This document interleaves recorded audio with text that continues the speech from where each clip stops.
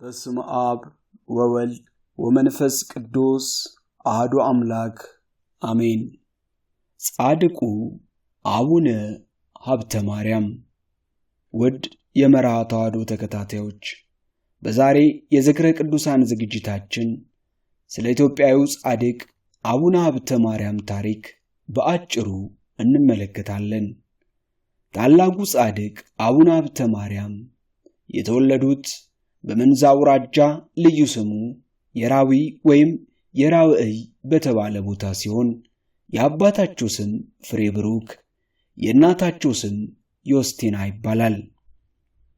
አባታቸው ፍሬ ብሩክ ክቡራንና ታላቅ ከሚባሉ ሰዎች አንዱና እጅግ ሀብታምም የነበረ ሲሆን በሕጋዊ ጋብቻ ያገቧት ብርክት የሆነች ዮስቲናም በበጎ ምግባርና ሥራ ያጌጠች ናት።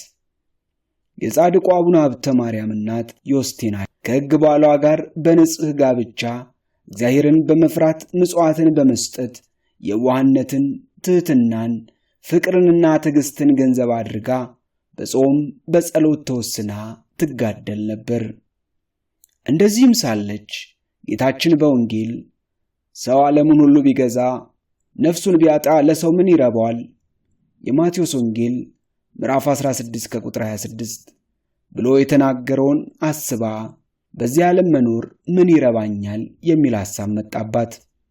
ከዚህ በኋላ ለምናኔ ሀብቷን ሁሉንም ነገር ጥላ በሀገሯ ትይዩ ወደሆነች ወደ ምድረ በዳ ሄደች። በዚያም በረሃ አራዊት እንጂ ሰው አይኖርበትም። በዚያም ደጃፏ የተከፈተ ታናሽ ዋሻ አግኝታ ምን ሳትናገር ወደ ውስጧ ገብታ ቆመች። የዳዊትንም መዝሙር የሚጸልይ ሰው አይታ ደነገጠች። እርሱም ባያት ጊዜ ፍርሃትና መንቀጥቀጥ በላዩ ላይ ወረደበት። በመስቀል ምልክትም በላዩ አማትቦ የእግዚአብሔርን ስም ጠራ። እንዳልሸሸችም አይቶ ሰው መሆኗን አወቀ። እንዲህም ብሎ ገሰጻት። ወደዚህ ምን አመጣሽ? ለእኔ እንቅፋት ልትሆኝ ነውን? አሁንም ከዚህ ሂጂ አላት። እርሷም አባቴ ሆይ አንተ እንዳሰብከው አይደለም። እኔ ያው እግዚአብሔር ልጅ ለኢየሱስ ክርስቶስ አገልጋዩ ነኝ እንጂ በእርሱ ፍቅርና በእናቱ በእመቤቴ በቅድስት ድንግል ማርያም ፍቅር ያለኝን ሁሉ ትቼ ንቄ ከዓለም ወጥቼ ወደዚህ መጣሁ። በዚህ ቦታ ከአራዊት በቀር ሰው እንዳለ አላወቅኩም። አሁንም አባቴ ይቅርታ አድርግልኝ፣ ወደ ሌላ ቦታ ሄዳለሁ አለችው። ያን ጊዜም ከእርሷ የሚሆነውን መንፈስ ቅዱስ ገልጾለት እንዲህ አላት። ዜናው ወደ ዓለም ሁሉ የሚወጣ በሕተ ሥጋም እያለ ብዙዎችን ነፍሳት ከሲኦል የሚያወጣ እንደ መላእክትም ክንፎች ተሰጥቶት ወደ አርያም ወጥቶ የሥላሴን የአንድነትና የሦስትነትን ምስጢር የሚያይ ልጅን ትወልጂ ዘንድ አለሽና ወደ ቤትሽ ተመለሽ አላት። ዮስቲናም ከዚያ ሽማግሌ ባህታዊ ይህን በሰማሽ ጊዜ አድንቃ የፈጣሪ ፈቃድ ይሁን ብላ እያመሰገነች ወደ ቤቷ ተመልሳ ከጥቂት ቀኖች በኋላ ይህን ታላቅ ጻድቅ ጸነሰች፣ ወለደችም። በዚህም ሁላቸውም እጅግ ደስ ተሰኙ። ሕፃኑም 40 ቀን በሆነው ጊዜ እንደ ሕጉና እንደ ሥርዓቱ ወደ ቤተ ክርስቲያን ወሰዱት። ካህኑም ተቀብሎ ባጠመቀው ጊዜ ስሙን ሀብተ ማርያም ብሎ ሰይሞ ለክርስትና አባቱ ሰጠው። ሕፃኑም ጥቂት ባደገ ጊዜ ወደ ቤተ ክርስቲያን ሲወስዱት እግዚኦ መሐረነ ክርስቶስ የሚለውን ጸሎት ቢሰማ እጅጉን ወደዳት። በልቡም ይህች ጸሎት መልካም ናት፣ እኔም መርጫታለሁ። በዚህ ዓለም ስህተትን አስቦ ከመስራት በሚመጣም ዓለም ከገሃነም እንደምድንባት አውቃለሁና አለ። ይህንንም ብሎ የሚሠራውን ማንም ሳያውቅበት ይህን ጸሎት ከማዘውተር ጋር ሌሊቱን ሁሉ በመስገድ ይጸልይ ነበር። በኋላም አባቱ የበጎች ጠባቂ አደረገው። በአንዲት ዕለትም በጎቹን እየጠበቀ ሳለ ብዙ የበግ ጠባቂዎች እሸት ተሸክመው መጥተው ና እንብላ አሉት። እርሱ ግን ከወዴት እንዳመጣችሁት የማላውቀውን አልበላም አላቸው። እነርሱም በቁጣ ዓይን ተመልክተው ተጠቃቀሱበት። እሸቱንም በልተው ከጨረሱ በኋላ የከበረ ሕፃን ሀብተ ማርያም የበግ ጠባቂዎቹን ታላቅ ዝናብ ስለመጣ ወደ ቤታችን እንመለስ፣ ከዚህ የምንጠለልበትና የምንጠጋበት ቤት ወይም ዋሻ የለንምና አላቸው። እነርሱም እኛ የማናየውን የሚያይ ሌላ ዓይን አለህን?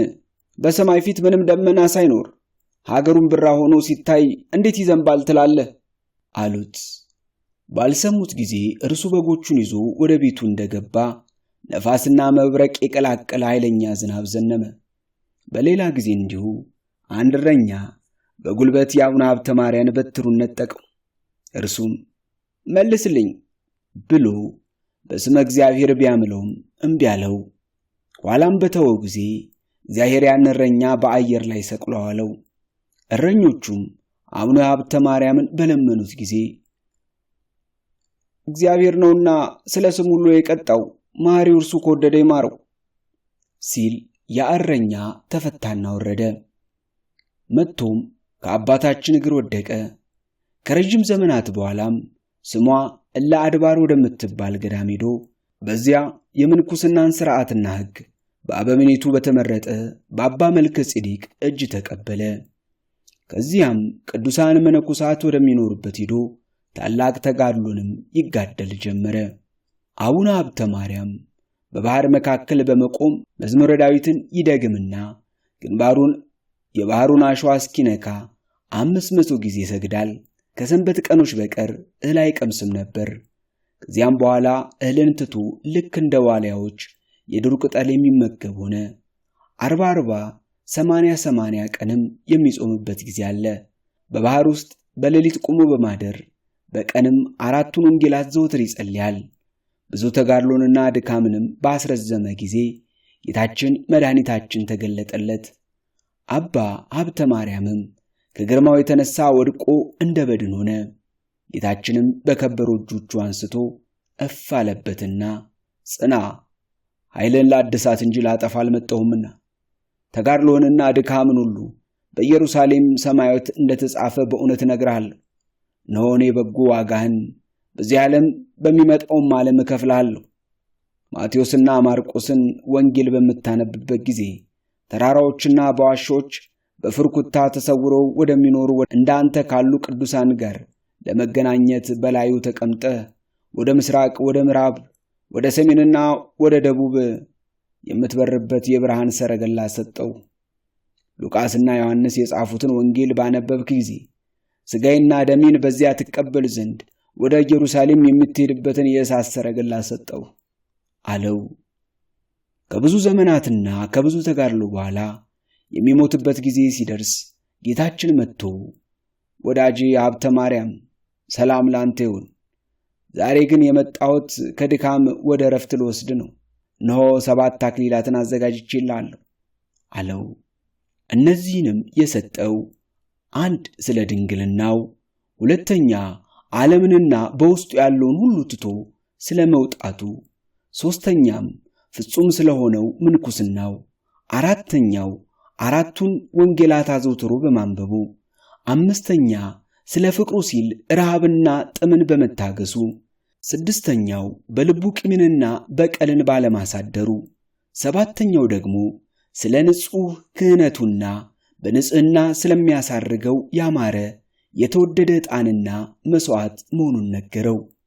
መታሰቢያውን ለሚያደርጉና በጸሎቱ ለሚማጸኑ ከእርሱ ጋር የሚገቡበትን በውስጧ 500 የወርቅ አምዶች ያሏትን ቦታ ሰጠው አለው።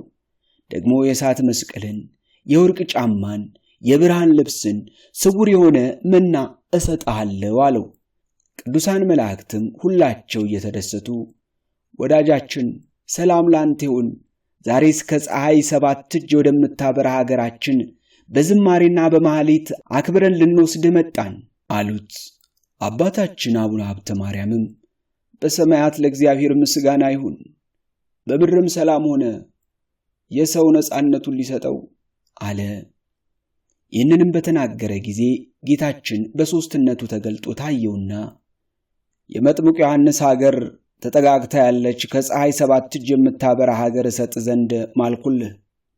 መታሰቢያን የሚያደርገውን በስምህ ለቤተ ክርስቲያን መባ የሚሰጠውን ስምህን የጠራውን ወደዚች ሀገር አገባዋለሁ። 4ቱን ወንጌሎች እያነበብክ ስለ ኖርክ የእያንዳንዲቱ ቃል ፍሬዋን አንዳንድ ሺህ አደረግኩልህ። ይኸው ካንተ በኋላ ለሚመጡ ልጆችህ መጽሐፈ ገድልህን ለሚያነቡና በእምነት ለሚሰሙ የገድለ መጽሐፍ በተነበበበት ውሃ ለሚረጩ ለሚነከሩበት ይህን ቃል ኪዳን ሰጥቻለሁ። ከዚህም በኋላ ጌታችን 3 ጊዜ ሳመው፣ ነፍሱም ከሥጋው በሰላም ተለየች። ቅዱሳን መላእክትም በታላቅ ደስታ እያመሰገኑ አሳረጓት። የጻድቁ አቡነ ሀብተ ማርያም ጽንሰታቸው ነሐሴ 26፣ ልደታቸው ግንቦት 26፣ ዕረፍታቸው ደግሞ ኅዳር 26 ነው። ሰው ዓለምን ሁሉ ቢገዛ ነፍሱን ቢያጣ ለሰው ምን ይረባዋል? የማቴዎስ ወንጌል ምዕራፍ 16 ከቁጥር 26። ለእግዚአብሔር ምስጋና ይሁን። እኛንም በዚህ ጻድቅ ጸሎት ይማረን፣ በረከቱም ከኛ ጋር ለዘላለም ትኑር አሜን። ውድ የመርሃ ተዋሕዶ ተከታታዮች፣ እግዚአብሔር ቢፈቅድ በቀጣይ ተጨማሪ የዝክረ ቅዱሳን ዝግጅቶች እናቀርባለን።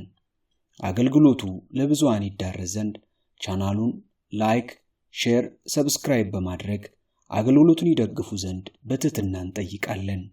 ስብሐት ለእግዚአብሔር ወለወላዲቱ ድንግል ወለመስቀሉ ክቡር። ይቆየን።